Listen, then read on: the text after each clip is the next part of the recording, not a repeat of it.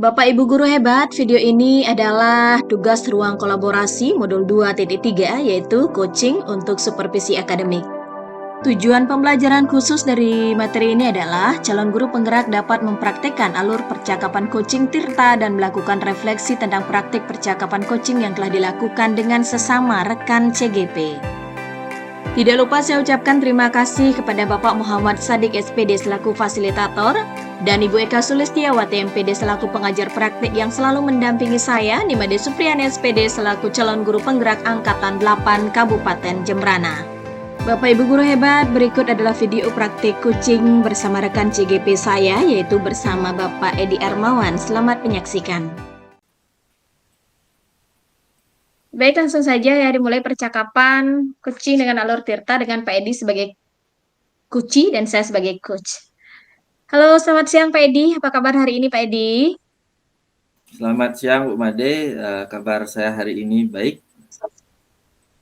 Iya ya, sengsara ya, sangat terlihat dari wajah Pak Edi. Semoga selalu baik-baik saja. Nah, Pak Edi gimana nih Pak Edi? Mau ngobrolin apa nih kita hari ini nih? Jadi begini Bu Made, sebenarnya kondisi murid di sekolah sih, tapi lebih mengkhusus tentang murid di kelas saya. Jadi ada satu anak yang terlihat kurang aktif, kemudian banyak beban, sepertinya melamun, jadi dia tidak fokus. Nah, jadi bisa saya simpulkan dia kurang bahagia lah dalam mengikuti kegiatan pembelajaran.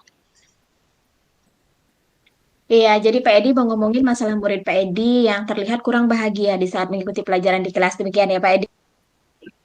Iya, Bu Made. Jadi kondisinya memang seperti itu. Jadi anak tersebut dari raut wajahnya terlihat seperti ada beban lah, kemudian dari sikapnya, jadi tidak terlihat sedikit pun kebahagiaan. Kemudian sehingga anak tersebut akhirnya kurang fokus dan kegiatan belajarnya jadi terganggu. Oke, begitu ya Pak Edi. Nah, dari percakapan kita ini, apa yang ingin Pak Edi dapatkan? Saya ingin membantu anak tersebut ya setidaknya bisa lebih nyaman dan bahagialah dalam mengikuti kegiatan pembelajaran. Jadi anak tersebut bisa ikut berbaurlah dengan teman-temannya dengan rasa nyaman dan bahagia. Ya, jadi dengan demikian proses belajar di kelas juga menjadi menyenangkan ya Pak Edi ya. Nah, menurut Pak Edi nih Ya, Pak Edi, murid yang bahagia itu seperti apa Pak Edi? jadi kalau menurut saya nih Bu Madea, murid yang bahagia itu artinya murid yang bisa fokus dia terhadap apa yang dilakukannya. Jadi kalau di kelas berarti dia bisa fokus belajar, kemudian aktivitas lainnya. Selain itu juga dia nyaman. Selain fokus dia nyaman, dia gembira dalam melakukan kegiatan tersebut. Jadi itu sih menurut saya Bang Ade. Hmm. Iya, betul sekali ya. Jadi, menurut Pak Edi, murid yang bahagia itu yang fokus ya saat mengikuti pelajaran di kelas. Ya. Oke, jadi kalau dari pengamatan Pak Edi tersebut, kalau kita ngomongin soal bahagia nih ya Pak Edi ya, kira-kira dari skala 0 sampai 10, murid Pak Edi itu berada di level berapa? Kalau saat ini sepertinya di level 5 Bang Ade. Baiklah Pak Edi. Pak Edi melihat sekarang ada di level 5. Nah, Pak Edi ingin meningkatkannya ke level berapa, Pak Edi? Ya, kalau melihat kondisinya sekarang, saya rasa sampai di level 8 sudah sangat bagus. Ya. Oke, nah jadi apa yang bisa Pak Edi lakukan agar mendapatkan atau sampai pada level yang Pak Edi inginkan tersebut? Ya, saya akan coba komunikasi dengan anak tersebut, kemudian melakukan pendekatan-pendekatan untuk mencari tahu apa sih yang menyebabkan anak tersebut menjadi kurang nyaman dan kurang bahagia. Oke, nah pendekatan seperti apa sih yang bisa Pak Edi terapkan untuk mengetahui hal itu? Jadi saya mungkin mengajak anak tersebut untuk ngobrol. Jadi mulai dari obrolan yang santai dari artinya dengan topik sehari-hari sehingga anak tersebut nyaman untuk berbicara. Nah, setelah dia nyaman berbicara dan menyampaikan sesuatu barulah kita gali lebih dalam. Apa sih yang menyebabkan anak tersebut menjadi seperti itu? Sehingga setidaknya dia merasa menjadi bebannya tersampaikan lah. Jadi kayak curhat, nah gitulah modelnya Bu Ade. Iya, jadi dengan komunikasi dua arah demikian ya Pak Edi ya. Ya, benar sekali. Jadi ada timbal balik kan.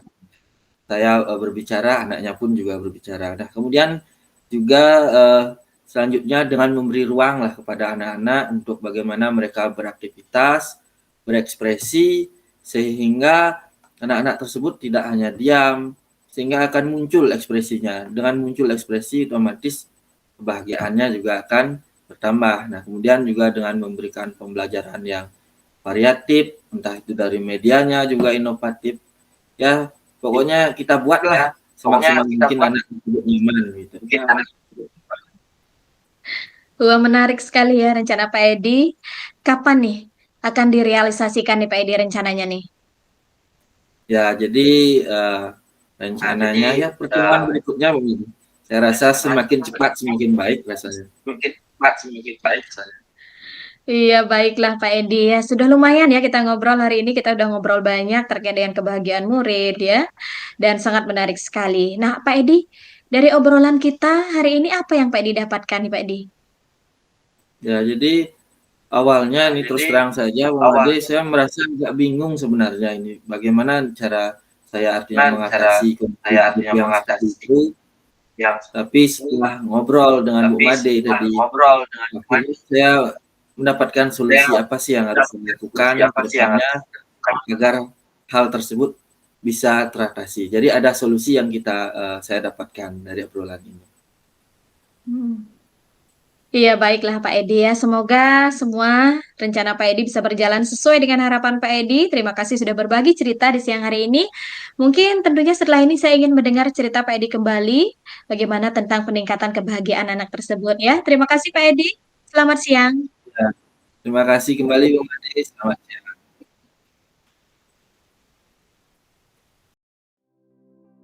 Baik Bapak Ibu guru hebat, demikian tadi praktek coaching bersama rekan saya Bapak Edi Armawan. Setelah itu kami melakukan refleksi dari latihan coaching yang telah kami lakukan tadi. Adapun yang sudah berjalan dengan baik selama percakapan adalah fokus sehingga terjadi interaksi antara coach dan juga kuci serta alur tirta yang sudah terlihat jelas. Yang perlu ditingkatkan atau diperbaiki adalah keraguan coach dalam memberi pertanyaan-pertanyaan bermakna pada kuci dan menggunakan nada yang lebih lembut supaya tidak terkesan galak.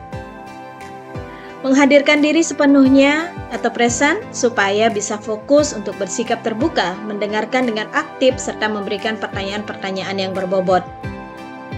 Kemudian bagaimana cara untuk memperbaiki dan meningkatkan hal tersebut adalah dengan terus berlatih agar bisa memberikan pertanyaan-pertanyaan yang berbobot sehingga kuci mendapatkan tujuannya.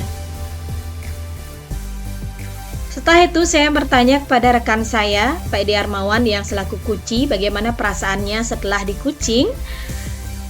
Pak Edi menjawab apa yang sudah dirasakannya. Pak Edi merasa nyaman karena diberikan pertanyaan-pertanyaan yang berbobot.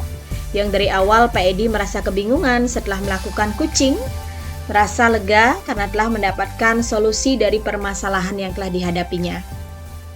Baik Bapak Ibu guru hebat, demikian video ruang kolaborasi, semoga bermanfaat. Terima kasih.